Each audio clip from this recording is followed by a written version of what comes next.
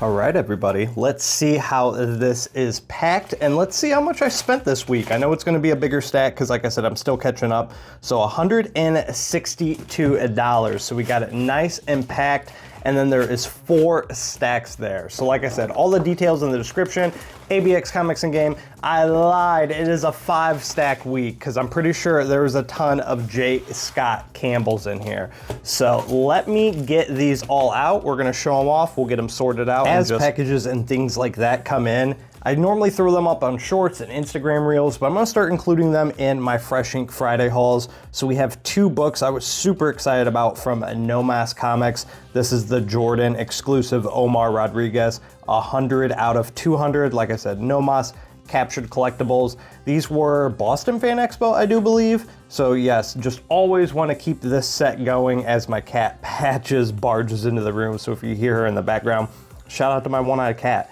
But yes, I have multiple of the Jordans. I'm a big supporter of No Mas and the Omar. And little dust on there, because this baby is clean. I'm gonna change the bag and board because almost like a wet feeling. Like I said, man, these spot foils are insane from No Mas and Capture Collectibles. Shout out to my boy, Martin Zavala. Ultra foil, limited to 200, the Predator, low numbered, 14 out of 200. So I had these unboxing as a short, but yeah, dude, the Predator, insane. So can't wait to get Zavala to do something like this and remark it up, bloody it up, all that, and keep on the lookout for them. So those are great. And then we're gonna get into the one other random pickup that wasn't a part of this haul, Escape #1. Let me get this out. This was by far my sleeper pick of the week. I saw some people talk about it, Rick Remender, Daniel Acuna. Escape issue #1 from Image Comics. I always gonna talk about great reads. This is issue #1, it just came out. If you can find it on the racks. If you're a fan of Beneath the Trees Where Nobody Sees or like animals, check this out. It's about like war and Nazis, all that kind of stuff. It is phenomenal. And then the reason he used animals was humans, when they look at animals, I was reading the back pages and editor's notes, we have more sympathy and more care and love for them. So definitely check it out. I don't want to spoil too much. Escape #1. This was my read of the week. So let's start with the A-OK. Shout out to ABX. One thing about having an online LCS, you never know when he's gonna kick some extra stuff in there. I'm getting the Mark Spears Harley Quinn X Elvira, but this is the Ashcan. So Harley Quinn, Elvira, Ashcan edition, issue #1. Just a nice little throw in, and Halloween is right around the corner, so I'm super excited about that. This is a huge J. Scott Campbell in Image haul, I will say that. So let's just start it off with DC Comics. We have Godzilla, Justice League, Godzilla, Kong, Volume 2. This is issue #2. I think this is I'm not sure if this is the Alan Quall cover or not, but Harley Quinn, Godzilla, King Ghidorah back there on King Shark. Fun series, man. If you like kaiju, if you like DC, if you're looking for just a fun read, grab the first volume and trade, and then you can easily catch up with this. And then the Absolute stuff has been all in for me. The only thing I'm not reading is Absolute Flash. So I dropped Absolute Flash after issue #3. Still solid, but it was just a little bit slow. Absolute Superman is incredible. One of my favorite reads, the backstory of Kal-El, everything that's going on with there. He is going almost Super Saiyan for my Dragon Ball Z fans in the book. So he's gonna be unleashing his rage soon. So everything going on with the Peacemaker Corps, it's cool to see it in the Peacemaker show as well. Then we have a Green Lantern issue #5. I just recently started getting into Green Lantern last year, but Green Lantern, Absolute Green Lantern, it's like manga anime with the art style if you're into that. But this book is awesome. It's the whole town basically is in a dome. Everybody's trapped, a whole bunch of people got killed. So yeah, definitely check it out if you're into kind of the more adult style of Green Lantern. The main run is good, but I really enjoy the grittiness of this. Now we're getting into the big old stack of Image Comics. So this is my bread and butter, but we're gonna save Marvel for the end because there's just so many J. Scott Campbell covers.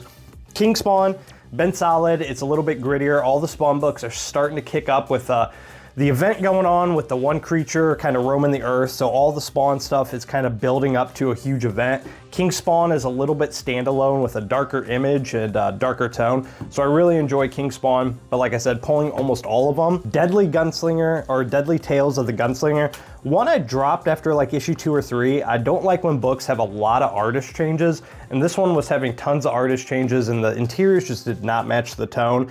But you know I had to get my boy Bjorn Bendis. Shout out to him. Always got to throw it out there. I love that he follows me on IG, just recently started. But man, this cover with my boy Gunslinger with the cigarette on there, absolutely insane. Crushed that.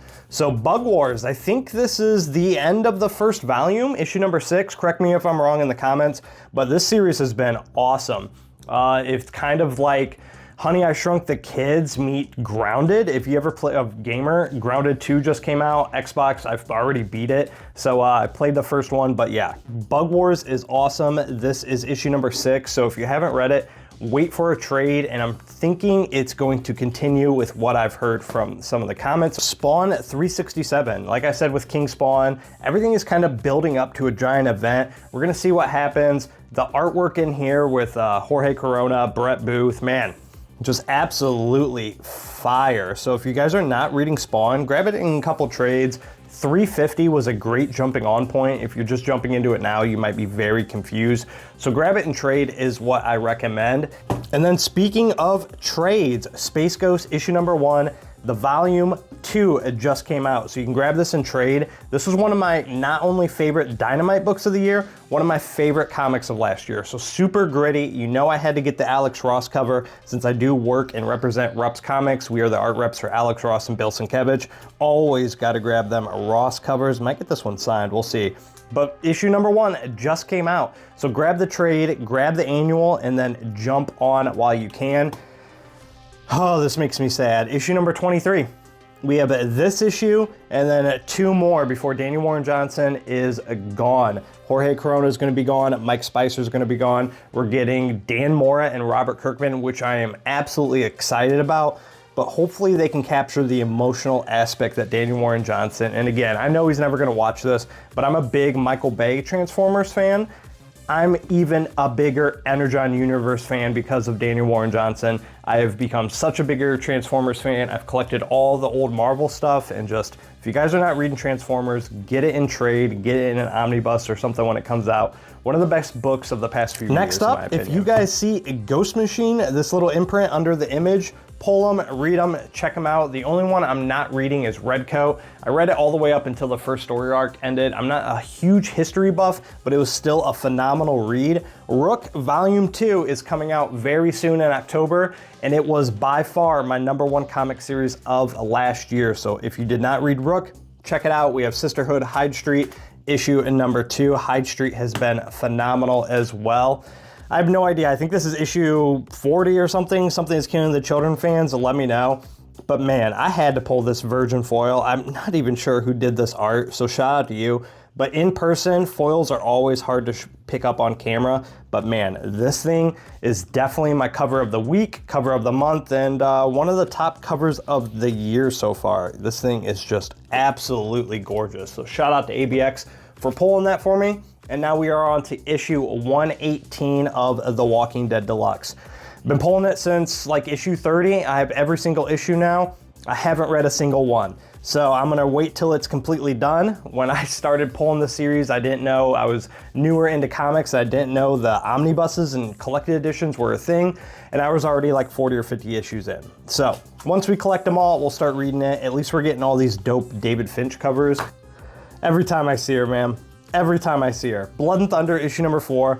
One of my sleeper picks. This book has been off the chain since issue number 1, but man, I just can't get over their choice of making her like almost completely bald with like hair in the back. Other than that, if you're into Borderlands, the guns talk to you. It's funny, it's mature, it's definitely a good read. Like I said, Image just crushes it with some of these surprise picks. And then we have Hello Darkness. I think this is issue 5 or 6. I think there's one more issue before it's over. I haven't read any of them. They're 3 short horror anthologies. I'll probably check them out during Halloween when I got them all. But you know, Jenny Frison is one of my favorite cover artists, so I have to grab all the Jenny Frison covers. Ultimates issue number 15, first cover appearance of the Shang-Chi in Ultimate Universe. This book is thick, it's decent, it's just it's slow, but I think that's the point of it. It's kind of telling the story, a lot of first appearances. You know, you got a lot of Ultimate Universe stuff going on, but it is all building to the end of the Ultimate Universe at the end of the year. So I've been enjoying Ultimates since the first issue. We're gonna see how everything comes together, and hopefully some of it keeps going, because like I said, Ultimate Wolverine, issue number 8. Not sure who did this cover art, but man, this thing is so dope. Another book. This is like the New Age X-Men. It's not just Wolverine. It has tons of X-Men characters, tons of Ultimate characters in it. So if you guys are not reading Ultimate Wolverine, I think there's a trade out or coming out, so grab it up. And then I slept on this stuff. Predator versus kills the Marvel Universe. I read Predator versus Spider-Man, which is fire. I went back and read Predator versus Wolverine. Amazing. And I read Predator versus Black Panther, which was okay, but it all connects going into this. And look at this cover, man. Dan Panosian, Predator wearing Spider-Man's mask or skin. That is absolutely crazy. This is another one of my favorite covers of the week. So don't sleep. These books are crazy and they're insanely gory. We have a couple more until we get to the J. Scott Campbell's Ultimate Spider-Man Incursion, issue number 3. This book is whatever. Issue number 1 was okay. Issue number 2 was decent. We'll see how issue number 3 is, but there's not really a point of this, but Peach Momoko cover, the other covers were super fire. It's just, I don't think the Ultimate Spider-Man Incursion, sorry for that unfocused, I don't think the Ultimate Spider-Man Incursion is needed. So we have Ultimate Spider-Man, and they already told the story of how Miles got here with the Ultimate Invasion or whatever. So cool cover, but I don't think we're needed. Speaking of cool covers, that's what these last 3 are. We have a Marvel Rivals, Jeff the Land Shark. You know I had to support our girl, Chrissy Zulu. Absolutely adorable cover. I don't really play Marvel Rivals too much, but I'm collecting all of it. I have an entire short box. I don't think I'm missing a cover yet. So I'm a huge gamer, if you didn't know. Speaking of gorgeous covers, another Hellfire Gala. We have Mommy herself, Emma Frost. Love this Thickums cover. She was my main when I stopped playing. I was Scarlet Witch main, and then I used Magic a little bit, and then Emma Frost came, and I haven't even tried since Blade came out. So still keeping these sets going, and then you know I always gotta support my man Daniel Warren Johnson. I heard the series is really good too, so I might grab issue number 1 or 2, but Daredevil Cold Day in Hell, issue number 3. This is the Daniel Warren Johnson variant, so I always grab them when I can. Don't take my advice, chat. Don't take my advice. Let me know if you guys picked up any of these J. Scott Campbell covers, if you picked up all of them, or if you only picked up one of them. I normally only pick up variant covers for things that I'm reading, but man, these J. Scott Campbell covers are just gorgeous. The 1/100s are incredible. The Blaze. So we have Helverine, issue number 9, J. Scott Campbell. Carnage, issue number 7, J. Scott Campbell. Not reading any of these, but you know I had to grab them. The Magic, J. Scott Campbell, issue number 8. These are gorgeous. I'm not a huge Laura Kinney fan, but love the J. Scott Campbell anyway, and I love the back poses on there. Issue number 9. Miles Morales, Spider-Man. I collected the series up until like issue number 25, so I have no idea. One of my favorites, I love the Doom, how he's got the little pistol on him. So Doom, and then we have Uncanny X-Men, issue number 19 with the Rogue, and then another one of my favorites with the all-new Venom. But this one takes the cake, the Amazing Spider-Man, issue number 9. The 1/100 of this, the Virgin without the trade dress or any of this, absolutely gorgeous, going insane on the aftermarket. So a huge stack of J. Scott Campbell's, huge stack of Image Comics. We only got a couple DC books, but lots of good reads, and we also showed off some Nomos books and some exclusives. So let me know what your guys' favorite were. Let me know what you're reading. Let me know if there's something you're reading that I'm not. But most importantly, let me know what your guys' thoughts and opinions, and if you're collecting all these J. Scott Campbells. I skipped a couple of them, thankfully, not grabbing all of them, but we'll see. So again, happy Friday. Hopefully you guys have a good weekend. Check out the descriptions. Don't forget to like, comment, and subscribe. Commenting is the most important thing. Liking is the most important thing. I love when the videos get traction, and I love interacting with you. So until next time, check out the details. Follow me on Instagram. Have a great weekend. Stay legendary, but most importantly, I hope you guys always find what you're looking for. Thank you.